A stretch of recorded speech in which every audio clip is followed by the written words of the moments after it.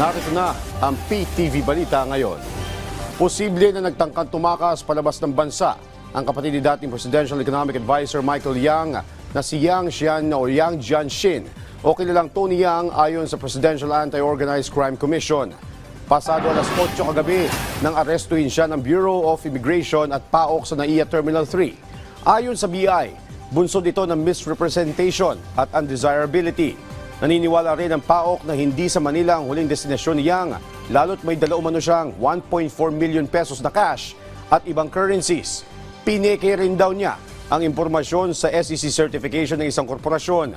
Samantala, umaasa ang Quadcom na haharap sa kamera si Yang kaugnay ng investigasyon sa iligal na operasyon ng Pogo.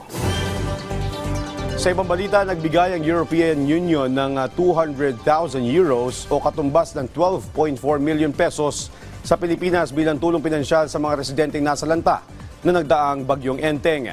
Ang pondo ay bahagi ng 2.2 million euros na tulong pinansyal ng EU sa Southeast Asian countries na matinding nasalanta ng bagyo.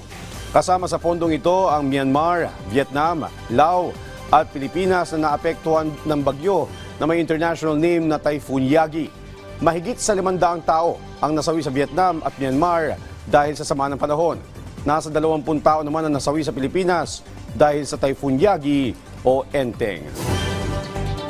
At yan ang mga balita sa oras na ito. Para sa iba pang updates, i-follow at i-like kami sa aming Facebook page at X sa @PTVPH. Ako si Joshua Garcia para sa Pambansang TV sa Bagong Pilipinas.